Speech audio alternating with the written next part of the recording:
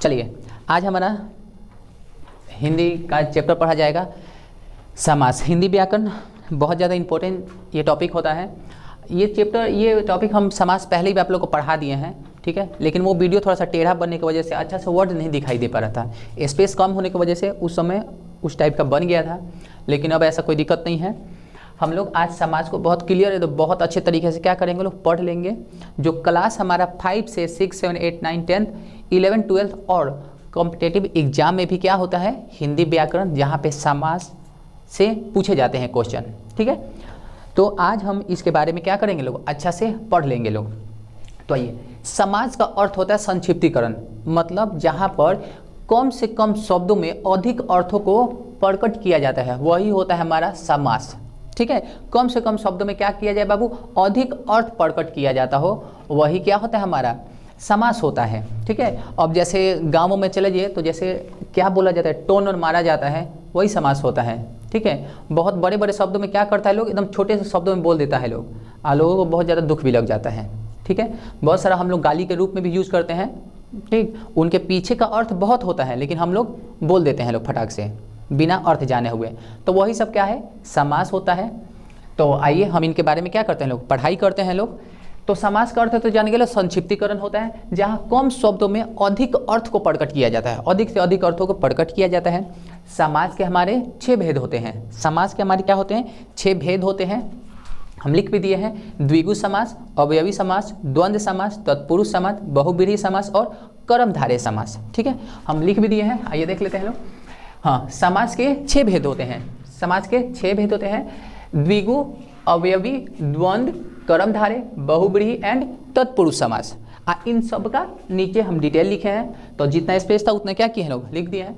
तो फर्स्ट हम लोग समास से लेके चले हैं क्या, तो द्विगु समास। आइए अब समझते हैं लोग, यहीं पे याद कर लेंगे लोग, इसी वीडियो में हम लोग का ये समास पूरा क्लियर हो जाएगा।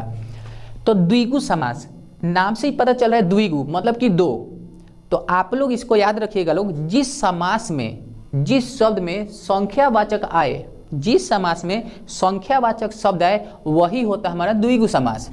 जैसे हम लोग लिखे भी हैं लोग, इस समास का प्रथम पद तो संख्यावाचक होता है, प्रथम पद संख्यावाचक होता है तथा समस्त पद समूहों का निर्माण करता है, समूहों को बारे में बतला देता है।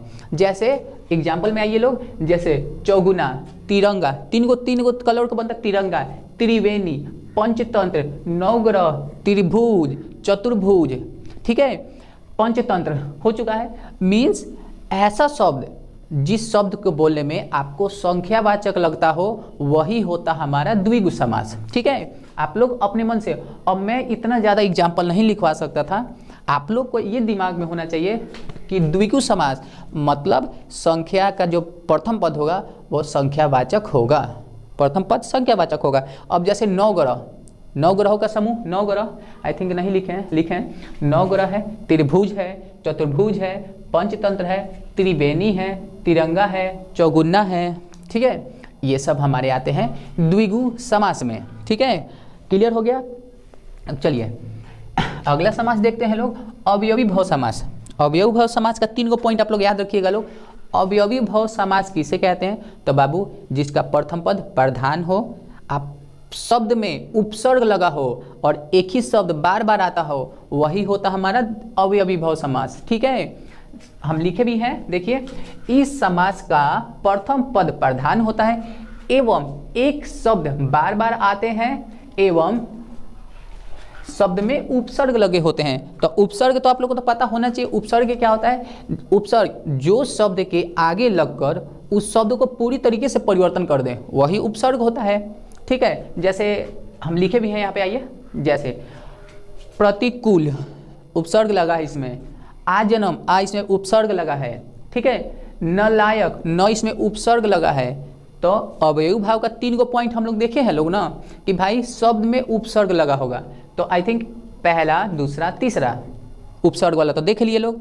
दूसरा पॉइंट इसमें क्या बोला है कि एक ही शब्द बार बार आएगा। आइए, रातों रात, दिनों दिन, चलते चलते, मरते मरते, हंसते हंसते, रोते रोते, जीते जीते, ठीक है, खाते खाते, शब्द बार बार आ गया, बार बार गिरते गिरते, बस हो गया, यही सब क्या है, धड़ाधड़, सब इसी में आता है। जो वर्ड रिपीटेशन हो और शब्द में उपसर्ग लगा हो अब प्रथम पद प्रधान हो, वो हमारा इंडिकेट करता है अव्ययीभाव समास को।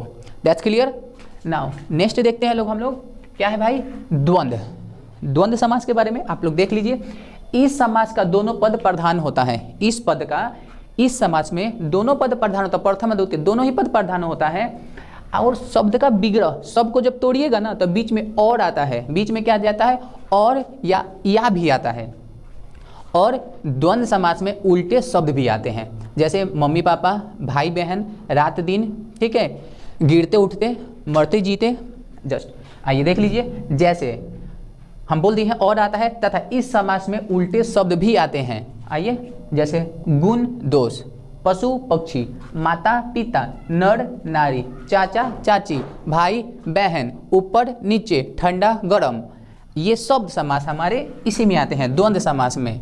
ठीक है, ये बात समझ में आया। एक चीज़ और, इस पे आप चाहते तो गुण और दोष भी बोल सकते थे, जैसे यहाँ पे लिखा हुआ है, ठीक है, विग्रह करने पे और आता है, माता और पिता, हाँ वह भी लिख सकते हैं, राधा राधा कृष्ण, राधा कृष्ण, ठीक है, राधा कृष्ण लिख सकते हैं आप। ठीक है, ये सब भी क्या है, हम लोग का द्वंद्व समास के बारे में बतलाता है।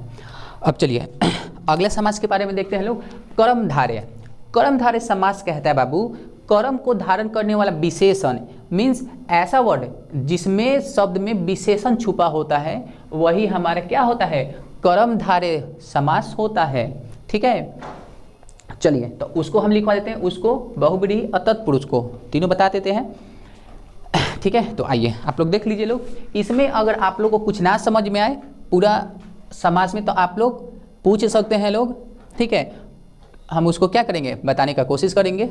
चलिए तो कर्मधारय, बहुव्रीहि और तत्पुरुष समास हम क्या किए हैं, लिख दिए हैं। तो जैसे बता दिए कर्म को धारण करने वाला विशेषण। ठीक है, तो इस समास में पूर्व मतलब पहला पद विशेषण तथा बाद वाला पद क्या होता है बाबू, तो क्या होता है, विशेष होता है। ठीक है, अब आप लोग विशेषण और विशेष जानते होंगे लोग क्या होता है, तो उसको क्या बोलते हैं बाबू, इस समास में पूर्व पद विशेषण तथा उत्तर क्या है, उत्तर पूर्व विशेष होता है, उसको हम लोग क्या बोलते हैं बाबू, कर्मधारय विशेषण कहते हैं। जैसे एक चीज़ और याद रखिएगा लोग, कर्म को धारण करने वाला विशेषण, ठीक है, तो कर्मधारय विशेषण कहलाता है, जो कर्म को धारण करता हो। ठीक है, मतलब वैसा शब्द जिसमें आपको विशेषण छुपा हुआ दिखे, वैसा शब्द जिसमें क्या हो, विशेषण लगा हो, वही शब्द हमारे क्या होते हैं बाबू, कर्मधारय समास में आते हैं। आइए जैसे चंद्रमुखी, समझ रहे हो लोग, चंद्रमा के समान मुखी। ठीक है, फिर क्या है, महात्मा, महान है जो आत्मा, महात्मा उन्हीं ने बोलते हैं बाबू। एवं एक चीज और याद रखिएगा, इनको विग्रह करने पर ना है जो या किस समान ये आता है। आइए जैसे कैसे लिखे हैं लोग, चंद्रमुखी, चंद्रमुखी चंद्रमा के समान आ गया है ना बाबू, के समान देखिए, के समान मुख वाली, उसे क्या बोलते हैं चंद्रमुखी।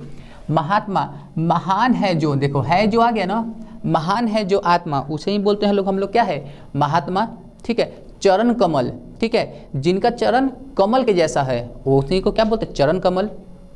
ठीक, तो ये होता है बाबू क्या, कर्म धारण, मीन्स वैसा शब्द जिसमें आप लोग को लगे कि हाँ इस शब्द में विशेषण लगा है, तो वो आता है बाबू कर्म धारण विशेषण। ठीक है, कर्म को धारण करने वाला विशेषण। ठीक है, अब आइए बहुव्रीहि में, तो बहुव्रीहि समास में कोई पद प्रधान नहीं होता, ना प्रथम पद ना उसके बाद वाला पद, लेकिन दोनों पद मिलकर एक तीसरा पद बनाता है और वह पद प्रधान हो जाता है। ठीक है, आइए लोग देखिए लोग, जैसे बहुव्रीहि, एक चीज़ और याद रखिएगा लोग, बहुव्रीहि समास में 99% जो वर्ड आते हैं वो क्या होते हैं, ईश्वर से ही कनेक्टेड रहते हैं लोग। आइए जैसे देख लीजिए बहुव्रीहि, इसमें कोई पद प्रधान नहीं होता है, दो पद मिलकर तीसरा पद प्रधान होता है, मतलब दो पद मिलकर तीसरा पद बनाते हैं और वह वाला पद क्या होता है, प्रधान होता है। जैसे एग्जाम्पल में देख लिए, लंबोदर, लंबा है जिनका उदर, बाबू लंबोदर, लंबा है जिनका उदर किस क्या हो, किनको बोलते हैं ये, तो गणेश भगवान को बोलते हैं। नीलकंठ, नीला है जिनका कंठ, नीला है जिनका कंठ किसको बोलते हैं भाई, नीलकंठ, तो शंकर भगवान को बोलते हैं। ऐसे अलग अलग देखिए तो इनका कोई, अब नीला अलग कंठ अलग, दोनों का कोई मतलब ना, लेकिन दोनों को मिल जाने से एक नया शब्द बनता है, अब वो पद क्या होता है, प्रधान होता है। जैसे नीला है जिनका कंठ, शंकर भगवान को बोलते हैं। दशानन जिनका 10 सिर होता है, 10 है जिनका आनंद, रावण को बोलते हैं। वैसे ही हमारे क्या हो जाता है, एकदंत हो जाते हैं। मीन्स वैसे शब्द जिसमें बाबू आपको लगे कि हाँ इसमें ईश्वर का नाम, याद रखिएगा लोग। बहुव्रीहि में चतुर्भुज भी आता है, ठीक है, चतुर्भुज 4 भुजा वाला, यह भी बहुव्रीहि में आता है। और आप लोग इसे ऊपर पढ़े होंगे लोग, द्विगु समास, द्विगु समास भी उसको लेता है। कुछ वर्ड एक्सेप्शन में आ जाता है लोग। चतुर्भुज बहुव्रीहि में भी आता है और किस में आता है बाबू, तो द्विगु समास में भी आता है, क्योंकि चतुर 4 भुजाओं का समूह, ठीक है, इसमें और उसमें दोनों में आता है। अब आइए तो क्या है, तत्पुरुष। इसमें दूसरा पद प्रधान होता है तथा पदों के बीच कारक चिन्ह लोप हो जाता है। कारक चिन्ह को क्या किया जाता है, लोप हो जाता है। अब कारक आप लोग को एक अलग चैप्टर हम पढ़ा देंगे, कारक पढ़ाएंगे ही। आइए इनका एग्जाम्पल देख सकते हैं। तो जैसे राजकुमार, राजा का कुमार, तो देखो का लोप हो गया, तो राजा क्या हुआ बाबू, का को हटा दी तो राजा का कुमार।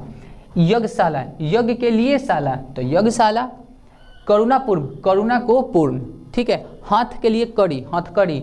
चिड़ी मार, जेब कतरा, इसी में आता है लोग, ठीक है। तो आई थिंक आप लोग को ये समझ में आया होगा पूरा समास। जिनको भी ना समझ में आया हो तो कृपया करके एक बार बोल दीजिएगा लोग, मैं इसको फिर से रिटर्न आप लोग को बताने का कोशिश करेंगे। एक चीज़ याद रखिएगा लोग, क्लास 6, 7, 8, 9 के बच्चों लोग को तो समास कितने प्रकार के होते हैं वो पूछा जाता है, कौन सा पद क्या होता है ये पूछा जाता है। लेकिन 10th, 11th, 12th और कंपटीशन में कभी नहीं पूछा जाता है। कंपटीशन में केवल एग्जाम्पल पूछा जाता है। 10th क्लास में केवल एग्जाम्पल पूछा जाता है। अब बोल देगा राजकुमार कौन सा बाबू, राजकुमार कौन सा समास का उदाहरण है, तो आप लोग को बताना पड़ेगा। बोल देगा कि बाबू त्रिभुज, त्रिभुज कौन सा समास में है, तो आप लोग को पता होना चाहिए कि त्रिभुज 3 भुजाओं का समूह, समूहों का बोध करवा रहा है, 3 को नाम से पता चल रहा है, वो हमारा चल जाएगा द्विगु समास में। पूछ दे कि राजा रानी कौन सा समास है, तो आप लोग को ये पता होना चाहिए राजा रानी कौन सा समास में है भाई, तो ये तो उल्टा शब्द है, राजा और रानी तो उल्टा हो गई, तो ये कहाँ चला जाएगा बाबू, तो द्वंद्व समास, उल्टा समास, उल्टा शब्द लगा है तो ये द्वंद्व समास होता है, ठीक है। और द्वंद्व समास में बीच में और का चिन्ह क्या होता है, लोप हो जाता है, ठीक। आप लोग इसको एकदम बिल्कुल प्यार से पढ़िएगा लोग, बहुत ज़्यादा जरूरी चैप्टर है ये आज हमारा क्या हुआ, अच्छा से कंप्लीट हो गया। नेक्स्ट वीडियो में हम लोग दूसरा सब्जेक्ट क्या किया जाएगा, दूसरा इसका टॉपिक को पढ़ा जाएगा, ठीक है। तो आज हमारे ये समास पूरा का पूरा क्या हुआ, कंप्लीट हो गया। अब आप लोग जितने सारे समास पेपर में आए होंगे उसमें से देख लेना लोग कौन कौन सा क्या क्या है। बस एग्जाम्पल पे ज़्यादा फोकस करना लोग, आप सबसे ज़्यादा एग्जाम्पल पूछे जाते हैं पेपर में। जितना स्टैंडर्ड बढ़ता जाएगा क्लास का आप लोग केवल एग्जाम्पल आएंगे, ठीक है, डिफिनेशन नहीं। तो आज के लिए इतना ही छोड़ते हैं लोग, नेक्स्ट वीडियो में कुछ और पढ़ा जाएगा।